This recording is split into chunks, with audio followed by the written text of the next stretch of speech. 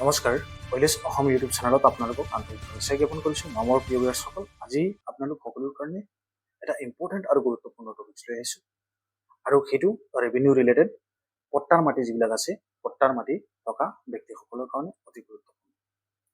আমি সকলোৱে নিজৰ এডোখৰ মাটি থাকক বুলি বা নিজৰ নামত পট্টা থাকক বুলি সকলোৱে আশাৰে বাট চাই থাকোঁ, বা যিবিলাক মানুহ লেণ্ডলেছ আছে তেওঁলোকে বাট চাই থাকে যে চৰকাৰৰ ফালৰ পৰা তেওঁলোকে মিছন বসুন্ধৰাৰ জৰিয়তে দি পট্টা পাব, আৰু এইবাৰ বহুতো মানুহে মিছন বসুন্ধৰাৰ জৰিয়তে দি চৰকাৰী মাটিৰ পৰা ম্যাদী পট্টা বহুতো মানুহে পাইছে, বা যিবিলাক চৰকাৰে সিদ্ধান্ত গ্ৰহণ কৰিছে সেই সম্পৰ্কে আপোনালোক সকলোকে ভিডিঅ' বনাইছে। আজি সেই সংক্ৰান্তক লৈ পেলাই এটা গুৰুত্বপূৰ্ণ ভিডিঅ' আপোনালোক সকলোৰ কাৰণে লৈ আহিছোঁ, যি ভিডিঅ'টো আপোনালোক সকলোৱে চোৱাৰ প্ৰয়োজন। প্ৰিয় ভিউৱাৰ্ছসকল, যিবিলাক মানুহৰ পূৰ্বৰ পৰা পট্টা আছে, মানে তেওঁলোকৰ ককা দেউতাৰ পৰা বা তেওঁলোকৰ দেউতাৰ নামৰ পৰা পট্টাৰ মাটি এতিয়ালৈকে তেওঁলোকৰ আছে, ঘৰ দুৱাৰ বনাই আছে, বা তেওঁলোকে বহুতে নিজে ঘৰ দুৱাৰ বনাই আছে, সেই মাটিডোখৰত তেওঁলোকৰ নিজৰ নাম নাই। গতিকে সেই সম্পৰ্কে তেওঁলোকৰ নামটো কেনেকৈ সোমাব পাৰি বা কেনেকৈ আপোনালোকে অনলাইন কৰিব পাৰি সেই প্ৰচেছখিনি আপোনালোক সকলোকে জনাম, আৰু নথি পত্ৰখিনি কি কি লাগিব, আৰু সেইটো 2026 চনৰ প্ৰক্ৰিয়া যিখিনি আছে সেই প্ৰক্ৰিয়াখিনি আপোনালোক সকলোকে জনাম। প্ৰিয় ভিউৱাৰ্ছসকল, প্ৰথমে আপোনালোক সকলোকে ক'ব বিচাৰিছোঁ, যিবিলাক পট্টাৰ মাটি আছে, পট্টাৰ মাটি আপোনালোকে উত্তৰাধিকাৰী সূত্ৰে নামজাৰি কৰিবৰ কাৰণে প্ৰথমে আপোনালোকে 2026 চনৰ খাজনা ক্লিয়াৰেন্স লাগিব। আপোনালোকে অনলাইন মাধ্যমেদি এই খাজনা দি পেলাই প্ৰথম খাজনাটো ক্লিয়াৰ কৰি ল'ব। এতিয়া মই আপোনালোক সকলোকে ডাইৰেক্ট মোৰ যিটো স্ক্ৰীন আছে সেই স্ক্ৰীনত আপোনালোক সকলোকে লৈ যাম, গৈ পেলাই আপোনালোক সকলোকে দেখুৱাম। স্ক্ৰীনটো মই অপেন কৰিছোঁ, আপোনালোকে দেখিছে বেকগ্ৰাউণ্ডত স্ক্ৰীনটো আহিছে, আৰু সেই স্ক্ৰীনত মই আপোনালোকক বিষয়খিনি গুৰুত্ব সহকাৰে বুজাম, যাতে আপোনালোক সকলোৱে বুজি পায়। সংক্ষেপে মই বুজাবলৈ চেষ্টা কৰিম। Mutation by right of inheritance যদি আপোনালোকে উত্তৰাধিকাৰী সূত্ৰে নামজাৰি কৰিব বিচাৰে, এই অপশ্যনৰ জৰিয়তে আপোনালোকে অনলাইন কৰিব লাগিব। গতিকে সেইখিনি কৰিবৰ কাৰণে ৰিকুৱাৰমেণ্টছ মানে ডকুমেণ্টছ কি কি প্ৰয়োজন হ'ব। 1 নম্বৰত লিখিছে proof of death of the ডিকেজ পাট্টাদাৰ। উত্তৰাধিকাৰী সূত্ৰে নামজাৰি কৰিবৰ কাৰণে যাৰ নামত পট্টা আছে, সেই মানুহজনৰ মৃত্যু হোৱাৰ পিছত আপোনালোকে নিজৰ নামত পট্টাটো নিজৰ নাম সোমাব পাৰিব বা নিজৰ নামত নামজাৰি কৰিব পাৰিব। গতিকে প্ৰথম আহিব ডেথ চাৰ্টিফিকেটখনৰ প্ৰয়োজন হ'ব যিজন পট্টাদাৰ আছে।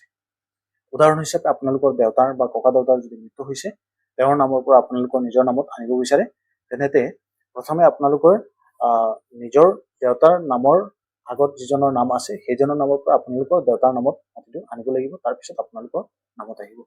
তো সেইখিনি ক্ষেত্ৰত আপোনালোকৰ এই ডেথ চাৰ্টিফিকেটখন প্ৰয়োজন হ'ব। আৰু এই ডেথ চাৰ্টিফিকেটখন দি পেলাই মই আৰু এটা স্ক্ৰীনত লগাই দেখুৱাই আছোঁ, ইছ্যু অফ নেক্সট অফ কিন চাৰ্টিফিকেট। এই নেক্সট অফ কিন চাৰ্টিফিকেট যিখন আছে বহুতে নাজানে। নেক্সট অফ কিন চাৰ্টিফিকেট সেইটোৰ কাৰণে মই ছেপাৰেট এটা ভিডিঅ' বনাই দিম, আপোনালোকে ভিডিঅ'ৰ তলত কমেণ্ট কৰিব কেনেকৈ নেক্সট অফ কিন চাৰ্টিফিকেট এখন বনোৱা হয়। ইয়াত মই জাষ্ট ক'ব বিচাৰিছোঁ, নেক্সট অফ কিন চাৰ্টিফিকেট এখন বনাবৰ কাৰণে ডেথ চাৰ্টিফিকেটখনৰ প্ৰয়োজন হ'ব।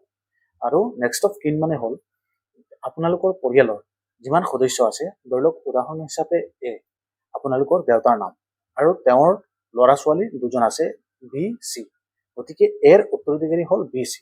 এই দুইজনৰ নাম দি পেলাই আপোনালোকে এখন নেক্সট অফ কিন চাৰ্টিফিকেট চাৰ্কল অফিচৰ পৰা উলিয়াব লাগিব। সেইখন ওলাবৰ কাৰণে আপোনালোকে ক'ৰ পৰা লিগেল হেয়াৰ এফিডেভিট এখন বনাব লাগিব, ডেথ চাৰ্টিফিকেটখন আপোনালোকৰ দেউতাকক জমা দিব লাগিব, আৰু যদি আপোনালোকে গাঁৱৰ হয় গাঁওবুঢ়াৰ প্ৰমাণ পত্ৰ, আৰু যদি আপোনালোক নগৰ অঞ্চলৰ হয় তেতিয়াহ'লে মিউনিচিপালিটি আপোনালোকে হেয়াৰশ্বিপ চাৰ্টিফিকেট যিখন আছে সেইখন দি পেলাই, আৰু চেল্ফ ডিক্লেৰেশ্যন দি পেলাই, আৰু আপোনালোকৰ দেউতাৰ লগত লিংক থকা এখন ডকুমেণ্টছ উদাহৰণ হিচাপে পেন কাৰ্ড এখন দি পেলাই আপোনালোকে নেক্সট অফ কিন চাৰ্টিফিকেট এখন উলিয়াব লাগিব। সেই চাৰ্টিফিকেট এখন ওলোৱাৰ পিছত আৰু আপোনালোকৰ দেউতাকৰ ডেথ চাৰ্টিফিকেটখন লৈ, আৰু up to date land revenue receipt যিখন আছে সেইখন লৈ পেলাই, আৰু চেল্ফ ডিক্লেৰেশ্যন এখন অ'থ লাগিব, যিখন আপোনালোকে লিখি দেখুৱাব লাগিব যে চিলিং যিটো এক্ট আছে হোল্ডিং এক্টত, সেইটোৰ অন্তৰ্গত কোনো ধৰণৰ আপোনালোকৰ মাটিত কেছ চলা নাই, আৰু আপোনালোকৰ নিজৰ দখলত আছে এই মাটিখিনি, কোনো ধৰণৰ বিবাদ নাই। এনেধৰণৰ এই এফিডেভিটখন আপোনালোকে কোৰ্টৰ পৰা বনাব লাগিব। সেই এফিডেভিটখন সেইখন বনাই, আৰু আপোনালোকৰ হেয়াৰশ্বিপ চাৰ্টিফিকেটখনৰ ওলাওঁতে যেতিয়া আপোনালোকে মিউনিচিপালিটিৰ পৰা যিখিনি কাগজ ওলাব, বা গাঁৱত যদি গাঁওবুঢ়াৰ পৰা প্ৰমাণ পত্ৰ যিখন ওলাব উত্তৰাধিকাৰী সূত্ৰে, সেই কাগজখন আপোনালোকে তাতে ব্যৱহাৰ কৰি অনলাইন কৰিব লাগিব। এই নথি পত্ৰখিনি আপোনালোকৰ প্ৰয়োজন হ'ব। গতিকে সেইটো এটা হ'ল 2026 চনৰ একেবাৰে সহজ প্ৰক্ৰিয়া। যদি আপোনালোকৰ দেউতাকৰ মৃত্যু হৈছে আৰু আপোনালোকৰ দেউতাকৰ নামৰ মাটি নিজৰ ভাই ককাইৰ নামত আনিব বিচাৰে, সেই প্ৰক্ৰিয়াৰ মাধ্যমেদি সেৱা সেতু পৰ্টেলটোৰ জৰিয়তে আপোনালোকে অনলাইন কৰি কামখিনি কৰিব পাৰিব আৰু সেইটো নিজে আপোনালোকে ঘৰত বহি এই কামখিনি কৰিব পাৰিব। সেইটোৰ কাৰণে কোনো ধৰণৰ আপোনালোকে অফিচ ভিজিট কৰিব নালাগে, একেবাৰে চিম্পল প্ৰচেছ। ইয়াৰ কাৰণে নিৰ্দিষ্ট কিছুমান চাৰ্জেছ দিয়া আছে, গতিকে সেইটো একৰ্ডিংলি আপোনালোকে সেই চাৰ্জেছখিনি কাটিব। তাতে লিখা আছে, মই আপোনালোকক স্ক্ৰীণত দেখুৱাই দিছো। আৰু ইয়াৰ উপৰঞ্চি আপোনালোক আৰু এটা বিষয় ইয়াতে ক'ব বিচাৰিছো, সেই কামখিনি যদি আপোনালোকে নাজানে তেতিয়াহ'লে কোনো বিজ্ঞ ব্যক্তিৰ দ্বাৰা কৰাব।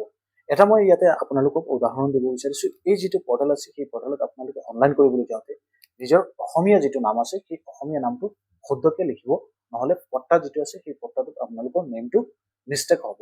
তাৰপিছত আপোনালোকৰ পট্টাৰ নামটো ভুল হৈ যাব, গতিকে পৰৱৰ্তী সময়ত আপোনালোকৰ অসুবিধা হ'ব। আৰু এটা ইয়াতে আপোনালোকক গুৰুত্বপূৰ্ণ ইনফৰমেশ্যন দিব বিচাৰিছো, ভিডিঅ'টো স্কিপ নকৰাকৈ সম্পূৰ্ণ শুনক। আপোনালোকৰ ভাই ককাই যদি 2জন বা 3জন থাকে, এজনক বাদ পেলাই বাকী 2জনৰ নামত এনেকৈ নামজাৰি কৰিব নোৱাৰিব। কমপ্লিটলি আপোনালোকে 3জনৰ নামত কৰিব পাৰিব।